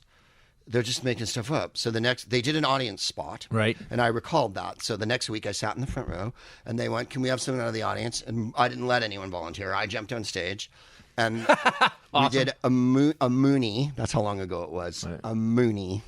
I don't even know if people know what that is. Mooney, guys in the airports with the flowers. And Reverend Sun Young Moon. Yeah, Reverend Sun, yeah. He used to do mass marriages. It'd be like saying a Rajneesh now. No one knows what that means.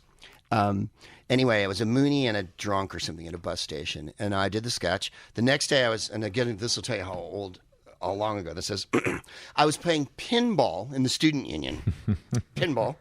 And that's a sentence. I was playing pinball. That's from a movie from the 70s. Mm-hmm. Yeah. I was playing pinball with Paul Reiser. Wow. And, I was playing pinball in the student union with Forrest, in fact. And the guy, Reed Rallman, came up to me and he goes, hey, you were really funny last night. You want to join my group? And I went, this is my partner, Forrest. He's really funny, too. And he went, no, I don't want him. I just want you.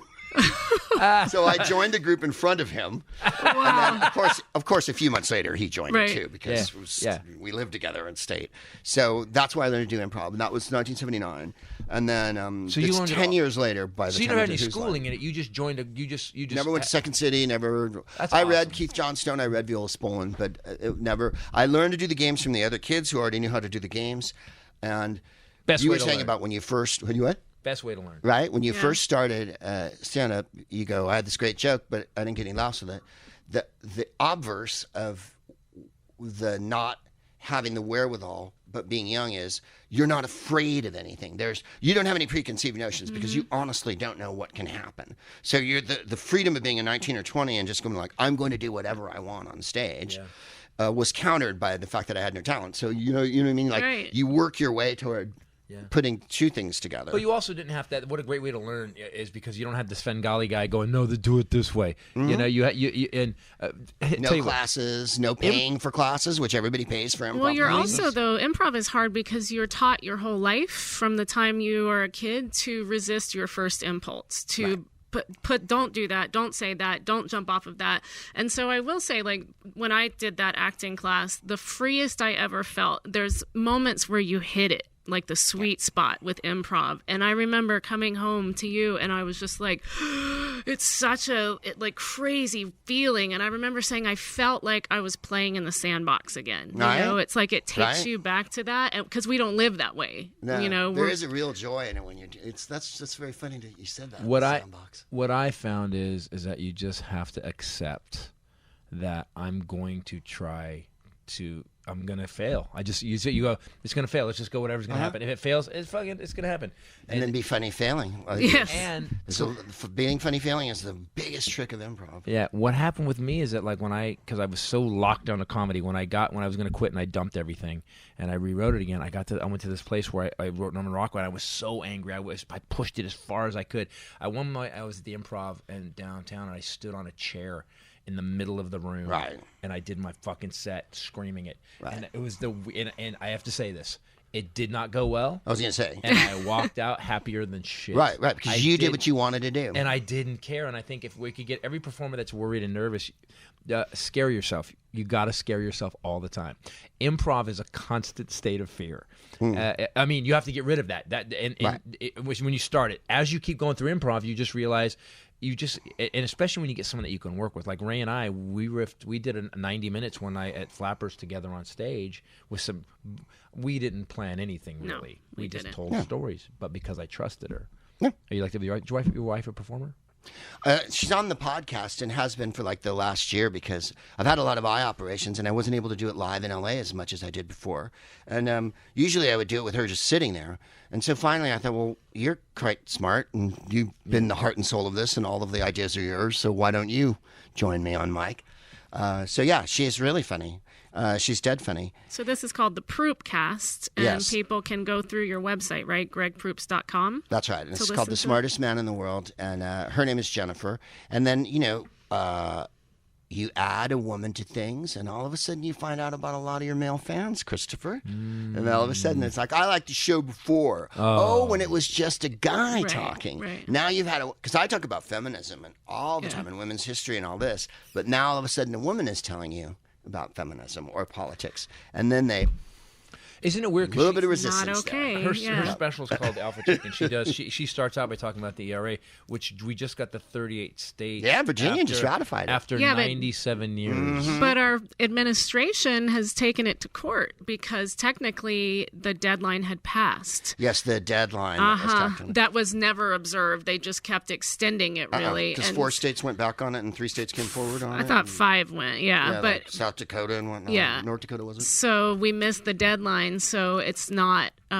It's not. Well, not with this ratified DOJ. yet. But No. if this administration changes, you might see it. No, we have this is a slow moving coup. It's just we are on the way to Germany in 1939 if we don't fucking stop this. I agree. And people don't even notice it because they're just shaving it off, just thin slice by thin what's slice. Well, crazy? he's incoherent and crazy, so thing why isn't that- that the first story? Right. I don't understand. And here's the And thing: he's mentally I'm on ill, it's obvious. stage. I'm headlining in Tacoma last Saturday, and I'm talking about the ERA. And I just do an aside about this. By the way, this has just happened, and the Trump administration.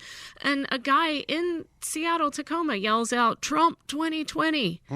Like that's still happening, even in Washington State. You get I'm that's like, an IQ test now, though, right? That's an IQ test. When someone yells Trump 2020, that's an IQ test. I told him You just later. go, "Oh, you know, you're you dumb think as fuck." later. Later, I said 'Cause you I can't even should look have at the- yelled out, "What are you trying to guess his weight?" Which is what I should have awesome. said. Boom! That's funny. Hello. I didn't think of it in the moment. Oh, no. I went off Yeah, on him, and it you was thought of it at 3 a.m. yeah, totally. But Wake up. it was funny how I went off on him, and he didn't get mad at me. But still, I'm just like, I just told you that he's fighting women being That's on the right. books. I don't care, man. I'm excited by that. I know. I've had in the last year, I don't want no gun control. And I'm not even doing it in the hillbilly voice that it came out in. This Oh, was yeah. in Denver, Colorado, which is a very Wow. Yeah. sophisticated Yep. town in Yep. the mountains.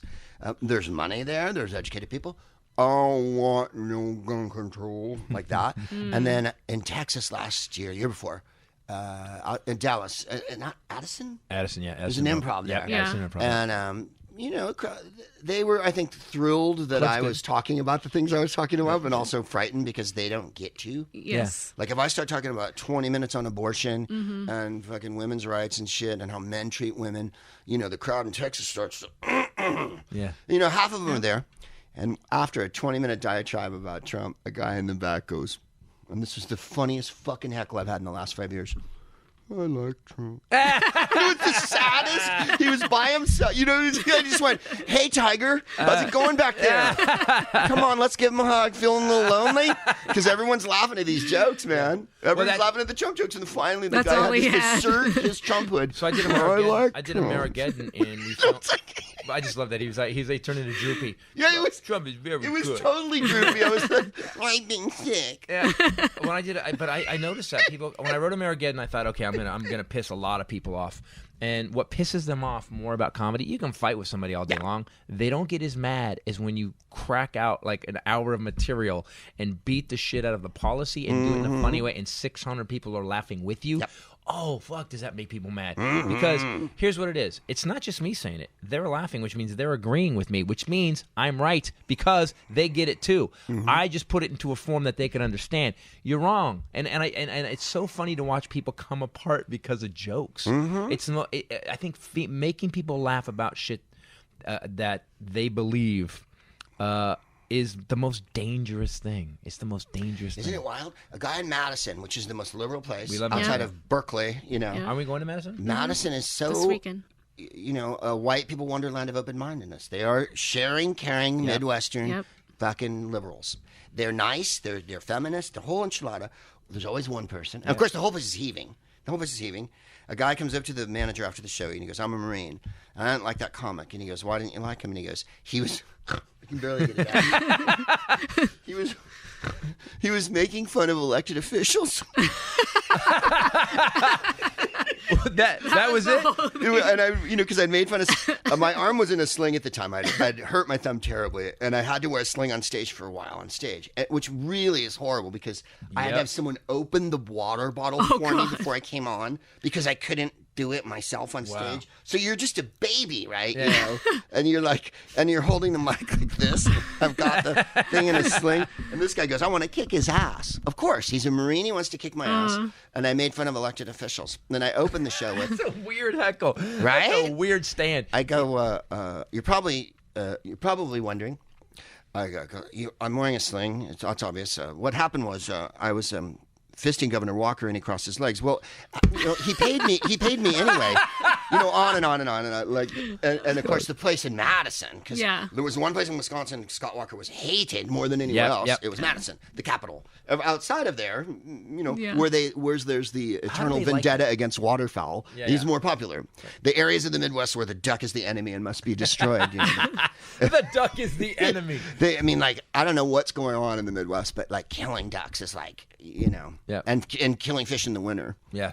Yes. We were talking about hacky premises, and I was listening back to my album that I made last year and trying to edit it, and I'd forgotten this entirely. I often do jokes about San Francisco, and you're talking about ancient jokes. I have an ancient joke that I wrote in 1987 that goes, I'm from San Carlos, California, the whitest place on the face of the earth. And then my friend gave me this, home of the Plain Yogurt Festival. Take the fruit out, the powerful taste is burning our tongues. And then I've added to it over the years. The Catholic school in San Carlos is called St. Charles. We're so white that our Catholic school is called St. Charles. San Carlos means St. Charles, you guys. Yeah, right. The town fathers, and then go on and on.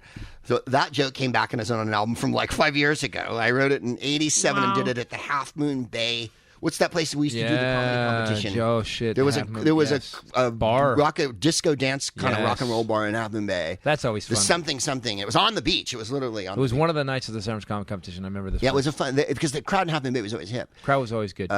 Weird though, always these gigs where you go on stage and the dance floor is lit with disco lights. Yeah, was that the one? Cigarette machine. No, that was those days. There was one on the road that didn't have overhead lights. They had some flashing lights that were, but the floor lit like from Saturday Night Fever. Tingles and Cemetery? No, were the floor lit? Yeah. They would turn that on while you were standing on it. So comedy. Like, what the fuck John am I doing? Pesco's on my ass. Wow, nice reference. Keeping Up With You is. So here's my hacky joke from the last album, and I'm going to put it out. I go, I was describing something about San Francisco, and I said, "in the city," and then I stopped myself and I go, "the city." I go, people are going to be listening to this in other states. And other countries. I go, but I want you to know that San Francisco is so provincial and so parochial that we call San Francisco the city. And when we go to other states and other places, we still say the city. And people go, what city? And you go, come on, the one. Come on, look at me. I'm a crab. Come on. Ding, ding. Ding, ding. Sourdough bread. Come on. Go on. The city. Oh the one that worries you so at night because of all of our, we got the black mayor, gay people on the city council. That one, that city that keeps you up at night because you're worried that our open-mindedness is going to stop your hatred for 5 seconds of your life. I like that you're just like, by the way, fuck all you people. Let me just poke. I like that now, though. That's another thing you have to develop as a comic. You have to get good enough to know how to do that. Yeah. You can't start like that. Oh, no. I saw guys. You have to be ingratiating. I saw some guys that know how to motherfucking audience, and the audience laughs the entire time. It took me years to be able to do it. The best compliment I ever had, there used to be this room in Houston that they recorded the Laugh Stop? Yep, Laugh Stop. And they recorded all your albums. Remember, every set you did, they recorded you on a CD, and then they handed you a stack of CDs at the end of the week. It was great. So I have an album. Everyone has an album from there. Yeah. I know Barron does. I do. You might have one. Where I took the 4 CDs, and I gave them to an engineer, and I let him mix it and pick the material so that my dick wasn't in everything. Yeah. Like right now, I've got my dick in this album. It's never coming out. I'm like, I really need another mind. I'm a big believer in listening to people sometimes. If I have any qualities as a performer, it's that I can share a stage, and that sometimes when people tell me things, I actually listen to them and do those things instead of going, no, I know everything about my comedy. I mean, if they're a manager or whatever, no. But if it's another... Right. If it's someone you pay to do it, no. Yeah, right. Someone that you're... Totally. Peter Farrelly gave me notes on my movie script, that was special unit. Peter Farrelly, I don't know him. He just called me because he read it, and he's like, can I give you notes on this? Isn't that awesome? But it takes that. A 22-year-old Harvard graduate who's a current executive, I'm going to be like, dude, show me a script you wrote. Mm-hmm. Tell me a joke. Peter Farrelly Tell me about your long career in comedy. Yeah, Peter Farrelly calls you, go, I'm so listening to you. Yeah, exactly. So there's a caveat. Yeah, and the manager of that club, I would come on there. I played there 3 or 4 times, and I think I wanted to call it. I think we ended up calling it Houston. We have a problem, which is so Hackosaurus Rex. But the reason I wanted to call it that was, I wanted to call the album "Dallas Likes Me," recorded live in Houston, Yeah. which I thought was a much funnier Way title funnier. for an Yeah, album. yeah. But then we ended up anyway. He goes, "You know, all you do is piss on the audience, and they love you for it." Nothing made me happier. That's in the my trick, life. man. It distilled your career down. Matt Weinhold once said to me, an old friend of ours from San Francisco, Love Matt Weinhold. You tell one joke, and then you spend 10 minutes telling the audience why they should have laughed harder at it. Okay, I have a question. Do you have a Prince story? Any story that relates to? I never met him, but I loved Prince, and I went and saw him in that very tour. You saw Purple Rain? Yeah. Live? Wow. I was working at a really shit place called Red Peppers on Polk Street in San Francisco. It was a tchotchke shop, and they sold... And no, this is the 80s, so Relax. You know that? Yes, Yeah. You give you a good idea. Frankie Goes to Hollywood, Yeah, man. that shit. We had that. And those... Wham? Those mesh T-shirts. Yes. That were just horrible beyond measure. Bundeswehr wife beaters that had a little black eagle on them, the plastic shoes. The women who worked at some of the theaters around there would often frequent the place. It was a great place to pick up a pair of like $25 neon pumps. Yes, I remember. And then, these of course, shops. we'd steal. You can't describe Noe Valley at a certain Right? point. Yeah, I remember. Oh, there was one in Noe Valley. too. Yeah. We would steal just enough for like lunch and cab fare. I was never that terrible of a thief. Some of the people would just steal everything. Yep. But in those days, you rang everything up, and a lot of people paid cash, and you knew the tax table backwards and forwards because everything in the store was either $10 or this dollar, so you knew how much. So when you rang it, you could just totally fucking and then not. And the inventory was writing down one pair. Yeah. No computer. Right. One pair of pumps. We are old. I remember these songs. Yeah. So, what was the point of this story? You asked me. Prince. So went and saw Prince. that night, But I'm glad you went like back. Yeah. Well, I had to because in order to in those days, your workplace was where you gathered drugs, Right. so that you could get them for the night to go out and whether Yes. it was coke or speed or whatever it was, and or the people that you knew, blah. So. And I didn't have anything glamorous in purple. I wore like almost all thrift store in those days. And on the radio, they're like, Prince is playing the Cow Palace. Wow. Not even the Cow. It's still there, by the way. We drove by it the other day. Yeah. Oh, I hadn't been there in 100 years. The Cow Palace is this giant venue in Daly City, just south of San Francisco. Yep, The south of Beatles San played there. Elvis played there. Everyone. I mean, it was, I saw the Grand National Rodeo there. I Styx saw Kiss. played there? Wow. Yeah. I mean, everybody who lived in San Francisco has been to the Cow Palace. Yep. I saw Chicago there in 1970. Anyway, Foghat. We used to fill up bottles of. No one drank water in those days, but you could buy lemonade in a jug, and then you take the cap off the lemonade, pour half of it out, and pour vodka in it, and then put the cap back on, and try to get that into the Cow Palace. Right. And sometimes they'd check, and there was a big dumpster outside, and they'd throw them in. It depended on how heavy metal the show was. Right. Whether Yeah. they collect. Chicago, who gave a shit? But Foghat. you walked up there like, Right. Yeah, right. You try to swagger, Yeah. the scarf and the cigarette, like, I'm cool, I'm 21. No, you're not. You're 17. Look at you. So there were purple sweatshirts at the store, and on the radio they're like, everybody wear something purple to the show tonight, right? yeah. So I Which you remember probably hated. stealing a sweatshirt. Because we had purple ones. And I might have even turned it inside out, which was a very 80s thing Yeah, to do. yeah. I didn't cut the sleeves off. I didn't go full Jennifer Beals. Okay. But I think I turned it inside out. Went and got my buddy Jeff Belton. We took a shamanistic dose of mushrooms. And we went to... No. Yeah, we went to the Cow Palace, and we got there. I can't remember who the first act was. I think we missed the time. We were too high or some fucking thing. It was the time, Sheila A. Wow. Yeah. And so we got there, and I Might think have been Vanity. No, she was Was already Vanity? gone. She She was was already- was this was she post the gone movie? with Was that? this post the movie or pre the movie? the movie come out, I think. The movie cut. Did Yeah, so Vanity was already, it was yeah, Sheila. she'd already It was split. Sheila. Yeah, She it was split. Sheila. It was Sheila. And there was kids sitting in our seat, Like at the Cow Palace was this big, enormous thing, and you had to fucking find it, Section K and the thing Yeah. and whatnot. So we get there, and there's people sitting in our seats. And I went over to them and I'm like, these are our seats. And they're like, no, they're not. And I'm like, get the fuck out of my seats. They're going, under no circumstances am I relinquishing my seats for Prince, man. Right. Those cost $17 or whatever. Yeah, no shit. Yeah, hell yeah. $17.50 with a 75-cent fucking Ticketmaster surcharge on that shit. Or Bass. It might have been one of those ticket agencies. So I made them get out of the seat, which, I don't know how, I was high, so I guess it worked. Because, they were going to not move. And then I brought the usher over, who was some indifferent teenager with a flashlight, who was there to see the show for free. Hi. Yeah. Can I see your tickets, please? I checked them out, and then Sheila was awesome beyond measure. And I've had occasion to meet her since then. She's crazy talented. Yeah, she's astonishing. And I did, because show business is such a long and winding bloody road. Do you remember the show? The Prince show. Do you remember it? Oh, yeah. Really well. And that's when he was leaping off 10-foot risers and landing. He took off the big, he had like a guitar penis thing. Yeah. He took a shower at one point on stage. He took his top off, and there was like a little neon shower. And everybody came out for the end when they did Baby I'm a Star, like anyone that had been in the show and shit. And they all dressed like Paul Revere and the Raiders, that. That was the first time I saw Revolutionary War kind of motif mixed with sex.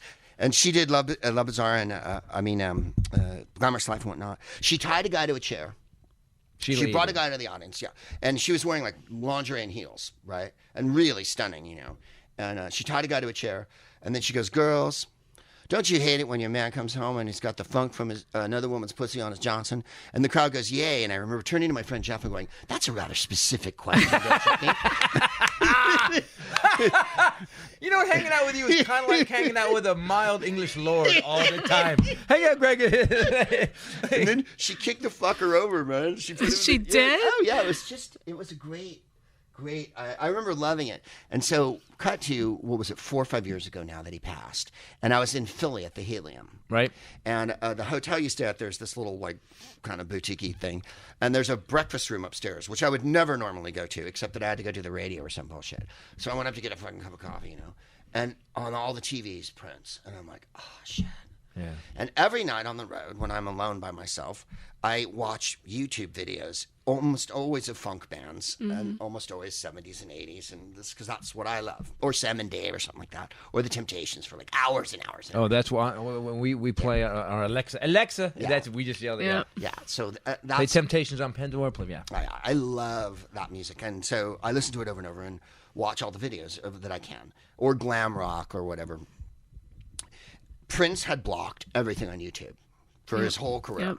You really, every once in a while one would slip through, you kind of write it in and like it'd be there for a day and then it would he filed a $30 million lawsuit or a $300 million lawsuit, and he literally, whatever his lawyers had done, it was like the next fucking day. Yeah. He filed a lawsuit against YouTube. The next day his shit was off YouTube. And it was never, and then you'd look him up, or even in like peripheral Prince acts like Vanity or Sheila E. whatnot, not peripheral but adjunct and adjacent. The night he passed, the fucking gloves came off, and every video was on YouTube. So I'm just going through them one by one. That fucking show, the whole thing, 2 hours, 2.5 hours from beginning to end. Dearly beloved. We gathered here together. And I'm like, I'm watching it and I'm just crying the whole time because I saw that fucking show. It wasn't the one at the Cow Palace, but it was the exact same tour. And he was a very meticulous performer. They came out of the ground. The stage show was smoke. When they did Computer Glue, Wendy, yes, Lisa, they did. Yes. There is I think people don't make the connection, and I'm such a big fan. If you look behind you, there's the symbol right there. We do a Prince party every year. Really? It started the year that he died. We do it on the anniversary of his death.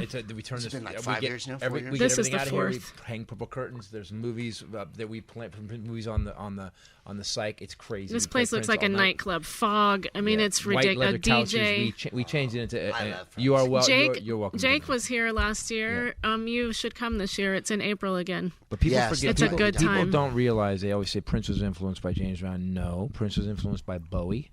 If you just Joni Mitchell? Joni Mitchell, Yeah. P Funk. I mean, Sure. George Clinton a lot, but people don't make the Bowie connection. He was so. Every tour had a theme. He was a character at times, like the kid that he played in Purple Rain. People don't get that the dude was not just he. I remember I got into I was doing comedy. I was working in San Francisco. I was living there. This when I was just starting out, and I started getting into it because of the Cow Palace show. The review of the Cow Palace show was fucking nuts. It was the 1998 show. It was tour before that. Actually, it was, and the time up and from there too. When he was in panties humping a bed off stage, and I remember reading the review because the reviewer was like, "What the fuck is this?" Yeah. The reviewer it was in like that's when I got into Prince, and I just think people know it's going to be years before people really get how amazing he was. I am doing it again. I don't know. I think when he passed, people were really losing their mind, like Bowie, because they realized how important he was to their lives and their childhood and everything. And like my wife didn't love him as much as I did. I was always the Prince fan, and I remember going to see a midnight show in Oakland with him. It was like New Power Generation era, like 1991. Awesome. With Debbie Durst and Michael Bosniak. And we drove out there, and he was wearing like kind of a half onesie with one leg exposed to that outfit, and kicking the cymbals. Weren't playing the stand-up thing. And then he did a bunch of numbers. But he changed like from Purple Rain to Round the World in a Day, the next album, is two totally different things. Yep. And he dropped the whole kid thing. And they wanted him to go to Europe and tour with that show because they had it all booked up for a year, and he went, no. Which is a really weird point in his career. You think you were so big in Europe. You could have toured Purple Rain another year in Europe, but he just didn't. No. Yep. And then Sign of the Times came out, and you realized, oh, this guy is... He has everything. This guy's not... But my wife, who's not a fan, she goes, on the night he passed, her buddy came over, and they drank 5 bottles of wine and watched Purple Rain like 18 times in a row, because VH1 just played it all Yes, they night did. long. We watched it all weekend. Your wife is my favorite person. Yeah, we like her. Where are you performing next? Thank you for asking. I'll be in... You're going to love this. I'll be at Oroville at the Gold Country Casino. Hey, I played that gig. Who's Live yeah. Anyway? Yeah. Of course you have. It's the Who's Live Anyway, which is me, Ryan Stiles, and special guest star Dave Foley. Dave Foley's in our group now sometimes. Jeff All Davis. nice people. Yeah. And Joel Murray, Bill Murray's little brother. He's in our group, which is a terrible way to put it. Joel has his own enormous career. And he was only on Dharma and Greg for 1,000 years, Mad Men, Shameless, everything. How much stand-up are you doing? I'm in Broward, Florida. Fort Lauderdale, at the theater Florida, there at the Broward Center for the Performing Arts, February 29th. February 29th, the leap year On the day. leap year, yep. Broward. Doing a Planned Parenthood benefit the night before with Dr. Ruth, if you can believe this, Oh, because that's it's awesome. 1983. She's still around. Yeah, it's 1982, and then the next night I'm in Broward. You're going to And be then- in East Greenwich, Rhode Island, and so go to gregproops.com. And then we're in Go the Bell check us House out. 2 nights before that, I think, doing the podcast. The stand-up, not as much, because Who's Live, we did over 100 dates last year. Wow. And it just blows you out for, I managed to get 3 or 4 weekends in, but you're working a lot. Yeah. And this year it's probably more like 75 dates. So we're going to try Good, to man. do more. Like anytime, listen, you've been doing this. So you started before I started. That you keep doing this. God fucking bless me. No, I'm fucking. I'm know. There was a day I was like, oh, I don't want people to know how long I've been doing this. Now I'm like, no, motherfuckers, I've lasted this long in this business. Oh, Keep going. I never lie, because why? Yeah. Well, look at all the cats that who've not fallen by the wayside. A lot of people became producers, a lot of people became writers, and then a lot of people just quit or dropped out of it altogether. Yeah. And every once in a while, you run into them, especially when you're back in the city or somewhere. All the guys we worked with, I had a couple guys show up last time, and they're like, they don't do it anymore, but they come by to say hi, and you're like. People say, what does it take to be in stand-up and like that? I want a career. I'm like, you don't want a career. I want to be famous. No, you don't fucking want to be famous. That's stupid. Famous, the stupidest fucking thing in the world. Ask Prince how he felt about being fucking famous. Right. You know? Fame is lame, yeah. Work is number one. And perseverance. Yes. At the moment when you think it's all gone to shit in a shit basket and you really want to hang yourself is when you mustn't. You must carry on and know there's nothing that'll get you out of that darkness. I always except for knowing say that. Hollywood and show business is 30 concentric walls, and at the middle is Brad Pitt, Quentin Tarantino, and everybody else. And you start on the outside, banging your head against that fucking wall till it falls, and then you get to the next wall. That wall's a little nicer, and you keep banging. And people go, "How do you make it in show business?" I go, "You don't quit." Yep. That's how you make it in show business. Speaking of not quitting, where are we going to be this week? Yes. We are going to be in Green Bay, Wisconsin at the Meyer Theater tomorrow, Madison, Barrymore on Friday the 24th. Oh, wait, this comes out on Friday tonight. Go to that. Madison, Minneapolis on Saturday the 25th, Pantages Theater. Nice. Ticket-wise, people go. It's an all-new show, Carrying Monsters, based on Richard Pryor quote. We all carry monsters, and it's the best show I've ever done. We did Tacoma. I got 4 out of 5 standing ovations. Fuck Where did that. you play in Tacoma? There's a place called Tacoma Comedy Club. Tacoma Comedy Club. You would love. no, that I just played there last year. With Adam? Awesome. Did you I like do it? love Great. it. Yeah, I do. And you know, smart. I have to do this. I did Spokane and Tacoma because they sent me Oh, over. yeah. Because I did a podcast in both places because I loved how they arranged it. Yeah. So I was like, I don't want to do stand up the whole fucking thing. Yeah. And they go, well, do a podcast in both clubs and then do 2 sets in both clubs. And I'm like, that's accommodating. Yeah. Spokane's a slightly red area of Washington Yes, State. yes. And I've had standing ovations the last 2 times I've played there. Wow. You know, And I is- can't explain it. It's like they want it. I can't. We do the Knitting Factory. Right. And I love those audiences. And you're right, they are a little red and there's a little methy But happening Yeah. too. there's But Oh, yeah, it's rough and tough. There's something about these red areas there that is because red areas aren't all red. There's something about being a breath of fresh air. It's like fresh squeezed juice. You don't realize, you forget how good fresh squeezed orange juice is until you have another glass. Like, holy shit, this is awesome. And I think when you come in with a different idea, they're used to hearing a certain thing, and you just fucking spray them with it. They're like, oh my god, this is awesome. Yeah. I don't feel. Oh god, there's so many fucking stupid people here. Thank you for coming. yeah. No, that's what I had. They don't say that about me. They say it about you. Yeah. But Smart guy. After they're like, people are afraid to talk about this here. So we came to hear you talk about it. Right. Right. And then you realize you've got to go to those places. Because I don't subscribe to the red and blue thing, Like, I mean, I do, obviously, demographically, but it's not true. You can go to the Deep South and find the smartest, most sensitive, intelligent people in the Absolutely. world. Huntsville. And you can go to the Bay Area and find the most provincial fucking assholes that you ever wanted to meet Here in your LA, life. Yeah. there was a guy with some shit on his truck the other day. We were just like, how the fuck are you living here? Yeah. Trump 2020, LGBT, and over the L was Lady Liberty, G was a gun, B was beer, and T was a profile of Trump. Yeah, awesome. And he's living here amongst us. He's Yes, putting he in new is. plumbing in your house. Yeah, Yes. And by the way, he's really good. I'm overlooking it because he was inexpensive Right. and the shit works. Then he makes waitresses cry. So guys, go check out Greg Proops Proopcast with Jennifer on it. Go to gregproops.com and you can also see videos. You can links to his stand-up specials. You can learn all kinds of stuff about And thank Greg. you, man, for course. being around for coming on my podcast. For helping me start and giving me examples so I didn't totally shit the bed. I really appreciate It's it. my pleasure, Christopher. Yeah.